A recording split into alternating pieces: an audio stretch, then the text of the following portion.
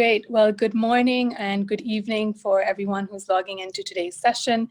Thank you for being here for our Wellness Wednesday live webinar. This is a platform focused on health and wellness with guest speakers and specialists from around the world, answering your questions about mental and physical health and well-being. My name is Darmina, and I'm excited to be on this journey with you today. I would like to welcome our speaker for the day, Dr. Amishs. How are you doing? I'm doing well. Thank you for having me.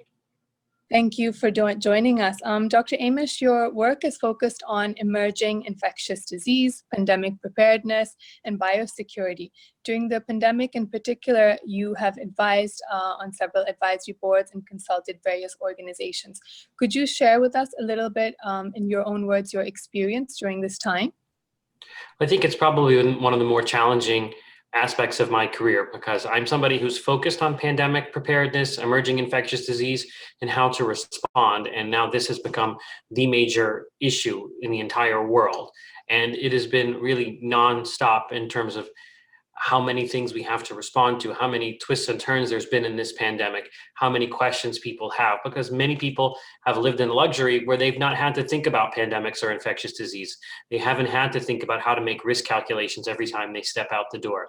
They haven't thought about where this infection, what causes them to be exposed to the virus, how do they avoid the virus. All of that are things that are at the top of mind, not just of people that are in the field, but of every person on the planet, basically. So it has been something that's really stretched my time and my energy to the top level. And then I also have been taking care of patients since March of 2020 that have COVID-19. So I still maintain a pretty active clinical practice of infectious disease, critical care, and emergency medicine. And so it's been toggling between the policy issues as well as seeing patients. And then I do a lot of outreach to the general public and through the media about this virus and about what the response has looked like. So I would say that this has been kind of the culmination of a lot of study and work, but it is very, very daunting, and every day is something new that's going on with this virus. And I think that will continue to be the case for at least several more months until we move on to the next infectious disease threat. But thank you for that introduction. And I think absolutely right. You mentioned that it's daunting. In addition to that, there have been a lot of developments, and for a layman or somebody not in the medical sphere to keep up with it and understand that itself can be quite overwhelming. Particularly in the last few weeks, we've seen a lot of development for the vaccines that are available and soon to be available. Can you tell us where we're at a little bit with regard to the vaccines and what to expect in this new year?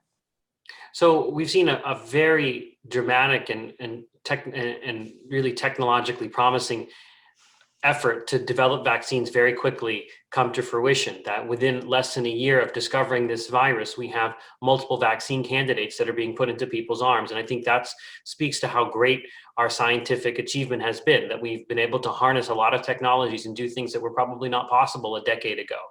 And right now, the key, though, is turning this vaccine, or these vaccines, the Moderna, the Pfizer, the AstraZeneca vaccines, as well as some others that have been approved in other countries, into vaccinations. That last mile of getting a vaccine into the arms of people, that's going to be challenging.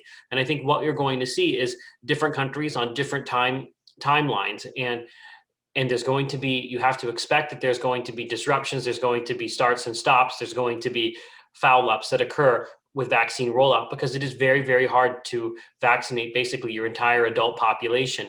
And especially because public health departments are not well resourced all around the world, and they don't have a lot of money and effort has been put into making the vaccines. But now we need money and effort to be put into actually turning the vaccines into vaccinations. And that's a lot harder to do. So I do think you're going to see this kind of play out over the next several months in the developed world, in the developing world. For example, in parts of Africa, I think that the vaccine rollout is going to go well into 2022, because this is what happened during the H1N1 pandemic. This is what happens with childhood vaccination. So that's still going to be something we see play out even throughout this year as we try to get the whole world vaccinated. But even in the developed countries, the high income countries, it's going to still be something very challenging, as we're finding out in the United States as well as in Europe right now. That's great, thank you. And Dr. Amish, we're hearing about the different compositions of the vaccines and how some are using, the new mRNA method, and then we have the more traditional. Could you touch upon that and shed some light for our viewers? Sure. So the first vaccines that were approved, the Pfizer and the Moderna vaccines, the first ones approved in the United States, both use a technology called mRNA technology. mRNA stands for messenger RNA. So basically what those vaccines do is take a genetic piece of the virus, just a genetic code for the spike protein. And the spike protein on the virus is what's necessary to form antibodies and immunity. So basically what happens is that mRNA molecule is injected into your body, it's taken up by cells, and then your body starts to make the spike protein. And that spike protein is then recognized by your immune system and you develop a response. This is a very elegant solution. It happens very quickly. And it's something that doesn't take a lot of effort to make a vaccine candidate. You basically just need to know the sequence of the virus and know which protein you want to get immunity to, and you can do that. So that's why when this coronavirus was discovered, there was already a vaccine candidate in a matter of days to weeks because they were able to use mRNA vaccine technology. So I think these technologies are going to be the way we respond rapidly to future infectious disease emergencies, and it will really change the game. So that's what we're seeing with the Moderna, the Pfizer vaccines. There are other vaccines too that are using mRNA. Traditional vaccines are basically what we do, for example, with influenza or measles, where you take the whole virus and you somehow weaken it by putting it through formaldehyde or putting it through certain chemical reactions. So then it's no longer able to cause disease, but your immune system can recognize it and form immunity. That takes a little bit longer. That's kind of a lot of chemistry involved to try and weaken the virus. And we do have these inactivated traditional vaccines. So for example, some of the Chinese vaccines that have gotten approval or are starting to be used, they are using that traditional approach. And they did make them very fast as well, but they are something that's a little bit less conducive to rapid. And then in between, there are other types of vaccines like the AstraZeneca vaccine, which use another virus, basically a carrier virus, to deliver the spike protein from the coronavirus. So for example, the AstraZeneca vaccine uses a virus that causes the common cold in chimpanzees.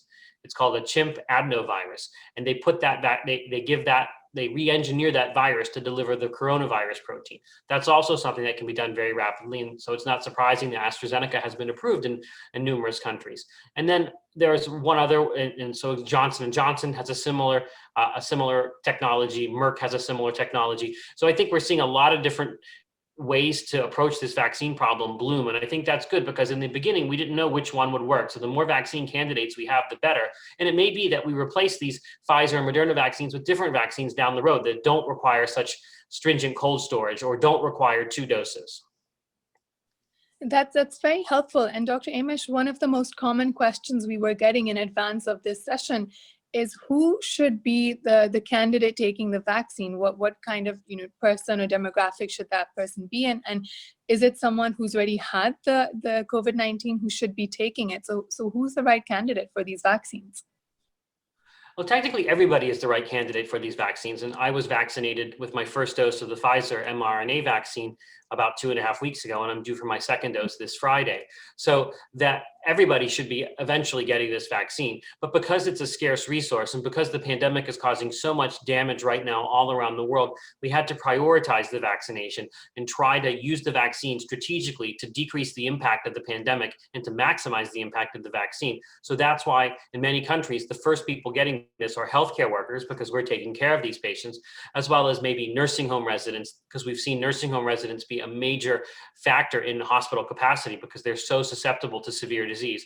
The elderly, people with comorbidities, that's how you're going to see this vaccine roll out. And then other people who have to deal with the public. So maybe if they work in a grocery store or if they're a transportation worker, those people are going to be given the vaccine first, but eventually everybody should be getting the vaccine.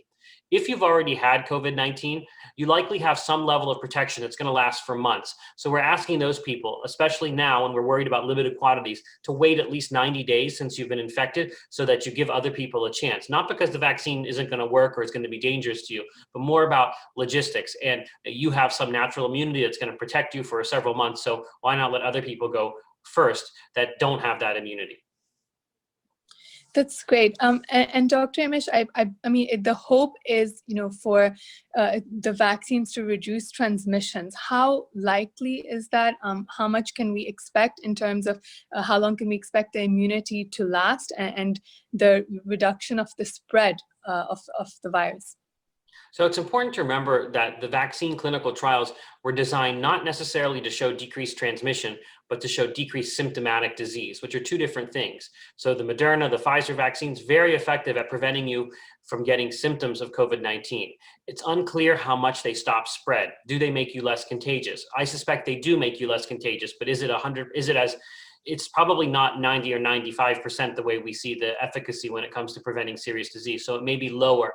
There's a lot of work right now trying to understand, do these vaccines prevent asymptomatic infection? Meaning that if you get infected, if you get vaccinated, can you still get infected asymptomatically and pass it on to somebody else who might get severe disease because they're not been vaccinated?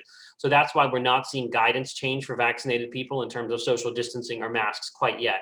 They're doing those studies. I think you're likely to see some level of decreased transmission of asymptomatic cases with vaccinated people, but it's not going to probably be 90 or 95%.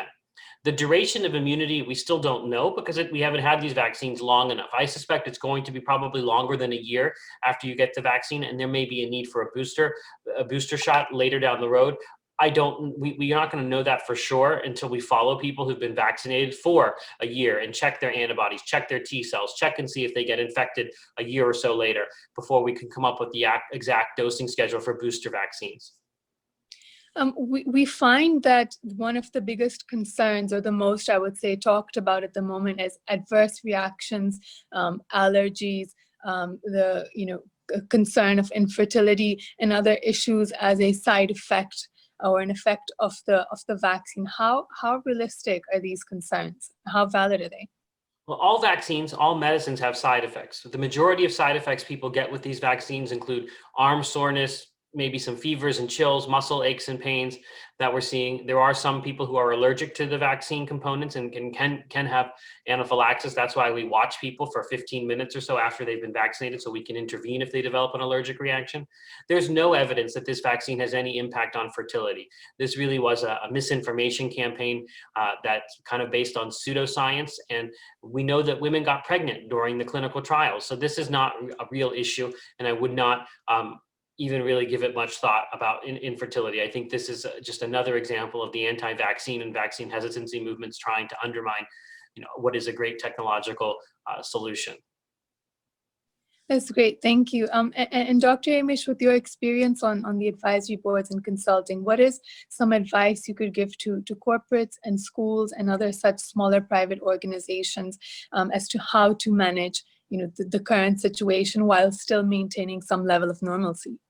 Well, I think you have to realize that we're living in a pandemic, and that's going to change the way that you have to run operations. So if you're an organization or a business, you have to change your whole physical layout of your office or of your venue in order to make it less likely that people contract or spread the illness at your place. So that might mean being very flexible with telecommuting so people can work from home as much as they need to, being very flexible about that.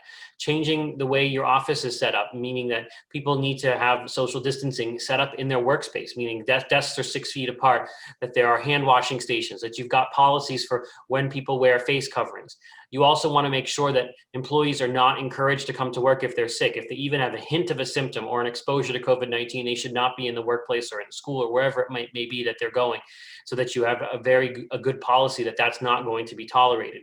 You may also want to think about having access to testing for your employees so that they can be tested quickly or have a pathway for them to be tested, and also have the ability to work with the health department if there is an exposure at your institution, so that you can do contact tracing much more quicker than might happen without having an interface with the health department. But in general, you have to start behaving like you're in a pandemic, and this is going to be something that is going to be in place for some time until your employee base or your members are all vaccinated. And also you should encourage your employees and others to be vaccinated when their turn comes in the priority group. But it's really, there's a lot of things you can do, and it's going to be sometimes specific to what your industry is and what your organization is. But in general, you should just be trying to take what we're saying of hand washing, face coverings, 6 feet apart, and trying to implement it in your workplace as best as possible. Thank you. That's very helpful. Another very big question of the hour, I would say, is the new variant more contagious, as we are hearing and as is being shared in the news? And how does this new variant impact the immunity and current vaccines that are available to us? It does appear that the new variants in the United Kingdom and South Africa are more contagious. They've developed some mutations in that spike protein I mentioned earlier that likely allow it to bind more efficiently to the receptors on our cells so that they transmit easier from person to person. A lot of this has been done looking at the mutations that the virus has accumulated. And it's important to remember that all viruses mutate, and most mutations don't do anything, but it appears these ones have conferred a new function or a new ability on this virus to be able to spread more efficiently. And then looking at the epidemiology. So for example, in England, they saw a big spike in cases. At the same time, this variant became very prevalent and became the dominant variant, the dominant version of the virus that was out there. So that's very suggestive of this new variant in the UK having higher contagiousness between people. The same is true of the South African variant. There is no evidence, however, that this variant is more severe, that it causes more severe illness, or that it's going to be able to escape vaccines. The data that we've seen so far, especially with the UK variant, is that the vaccines do seem to be robust against it. Vaccines, you have to remember, don't just give you one type of antibody. They give you a whole host of antibodies, and they also induce T-cell immunity. T-cells are a different part of your immune system, and that's also going to be important. So I suspect that our vaccines are going to be robust against these variants. I think it's important to test and know for sure, but all evidence I've seen so far suggests that they will be effective against this variant, as well as other variant, as well as the original strain of the virus. Great, thank you. And Dr. Amish, why would you say, in your opinion, is the uptake of the vaccine uncertain? There are a lot of people who are skeptical of what's in the vaccine. What would your advice to those be who are still unsure and undecided? We took a poll before this session, and a majority of the people said they are undecided if they would take the vaccine, even though it is available here and in some places in the region. What would you say to that? All the data that I've seen on the leading vaccine candidates, the Pfizer, the Moderna, the AstraZeneca vaccines, show them to be very safe and very effective, and that their benefits greatly outweigh any risks. There are a lot of vaccine hesitant people, there are a lot of anti-vaccine people, and a lot of people just spreading conspiracy theories about these vaccines. And I think we have to be proactive, that there is not any, to me, there is nothing that is alarming or worrying about the side effect profile of this vaccine. And I got the vaccine on the very first day I was able to get it. So this is something that I think is a great piece of technology that we should be embracing. The way we embrace new iPhones, I think that this is really a success for science, that we were able to make a vaccine that's safe and effective within a year. And I would encourage everybody that's eligible to get it to get the vaccine. And I think, like I said, I was clamoring to get this vaccine and get this protection as soon as I possibly could.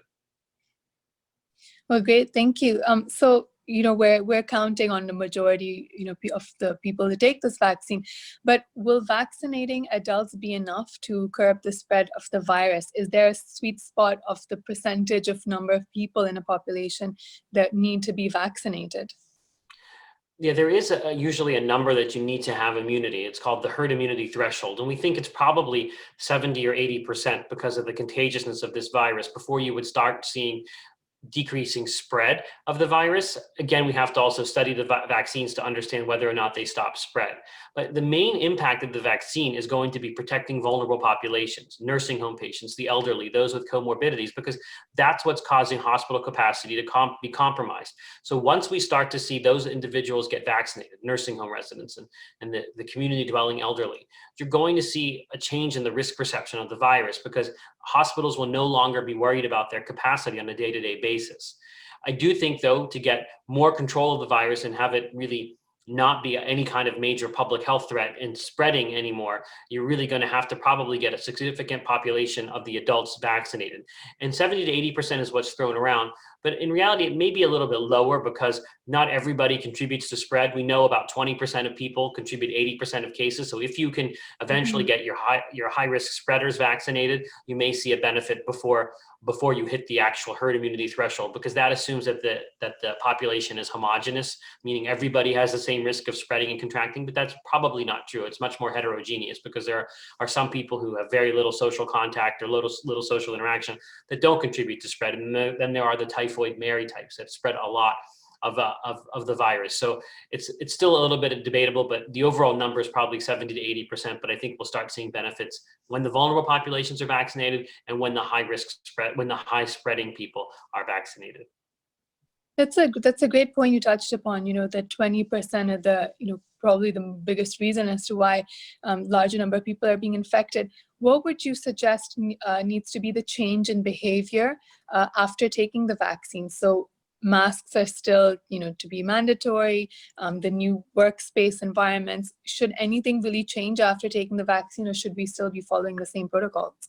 Right now, we should be following the same protocols, because we don't know yet whether or not this vaccine decreases spread of the virus. We know that it is very effective at preventing symptomatic disease or preventing severe disease, preventing hospitalization, preventing death. But is it effective at preventing asymptomatic spread? That answer is they're trying to answer that right now, but we don't know. So for now, you're not going to see governments change their recommendations on social distancing or mask policy. That may happen down the road. It probably will happen down the road, but I think we need more data. So if you get vaccinated, you really shouldn't change your behavior, especially if you're around somebody that's vulnerable, because you could be asymptomatically infected, at least based on the data we have now. So you have to still be cautious after vaccination. Thank you. One of our viewers in Dubai is asking, how does one decide which vaccine to take? We do have 2 available in the market here at the moment. We are expecting the Moderna one soon. How would you advise that we make our decision? What should that decision be based on? Well, right now, I think you can think of the vaccines as interchangeable. There are some differences between them, and the goal is to get vaccine into people's arms. So I would take whatever vaccine was available to me the quickest. There are some concerns with the mRNA vaccines, with Pfizer and Moderna's vaccines, about allergic reaction. So if you have an allergic reaction to any of the components in the vaccine, you may want to get the AstraZeneca vaccine. So I would talk to your doctor and see if you're somebody that's had an allergic reaction, you may want to get the AstraZeneca vaccine if it's available to you. But for someone who has no risk factors for allergies and never had a history of allergic reactions to any of the components, I think they could get any of the vaccines right now would be my recommendation, because the goal is to get protection as quickly as possible. Great, thank you. And what would you say, Dr. Amishs, is the necessary approach for successful administration? You did mention that it could vary in different countries in Africa. We could see it last perhaps a bit longer, the drive to get everybody vaccinated. What would you say is the key driver to in the necessary approach for successful administration? I think the key driver is going to be that last mile, getting the vaccine into people's arms. So that's going to be, do you have the infrastructure in your country or in your state, in your city, to be able to turn this vaccine that it's getting distributed by a federal government or a central government to you into a vaccination? And that's going to require a lot of logistics and coordination, vaccinators having good public messaging so people know when it's time for them to get vaccinated, and then making sure that they come back for their second dose. So that's what's really going to be a marker, is how well you can actually take this great piece of technology and actually put it to work in your body by getting it in a needle and getting it into someone's arm. Great. And Dr. Amishs, in your opinion, we would love to know, and our viewers would love to know, do you, as a physician, see an end in sight?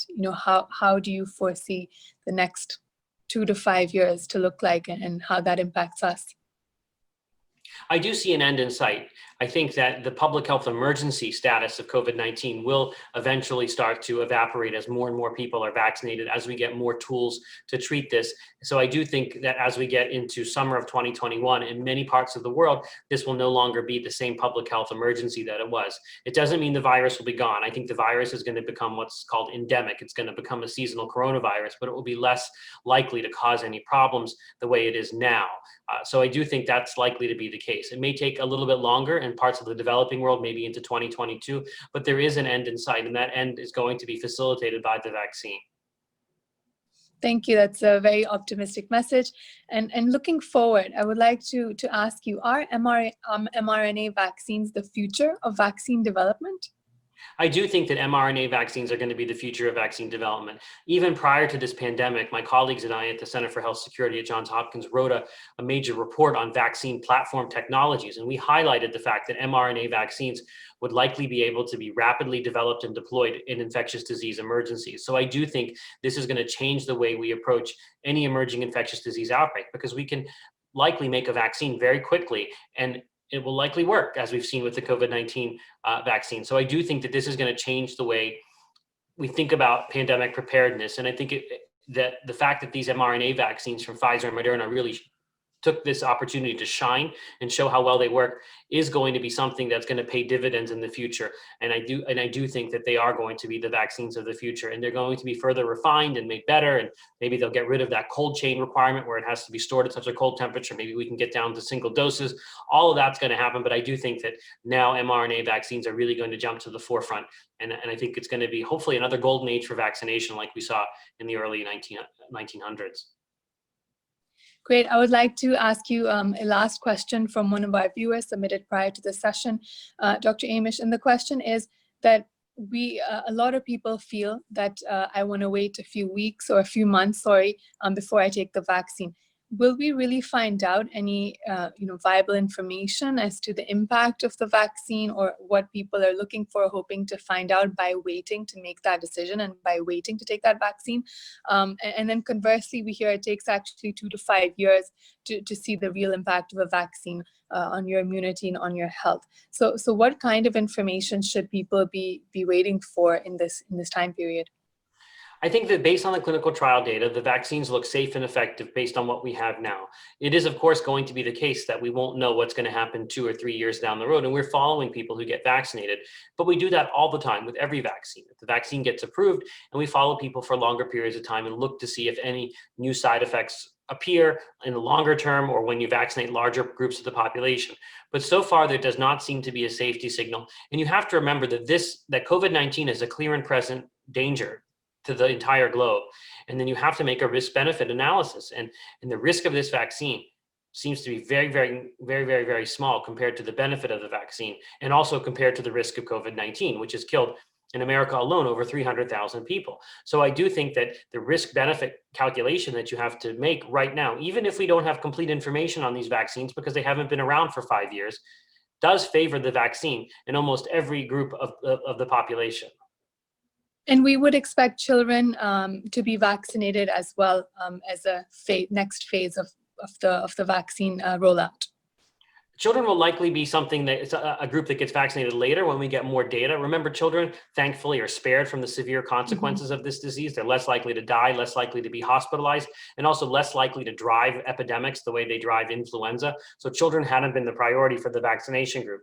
The Pfizer vaccine can be given to children age 16 and 17, but they're doing studies now on pediatric populations. And it may be that there's going to be a different risk calculation in a pediatric population because they're not necessarily going to have the same severe consequences or the same epidemiological role in spreading it. So I think we need more data on children to be able to make a vaccination recommendation for pediatrics, but I do suspect there will be a vaccine down the road. It might not be these mRNA vaccines. It might be something more traditional that becomes part of their childhood vaccination schedule in several months.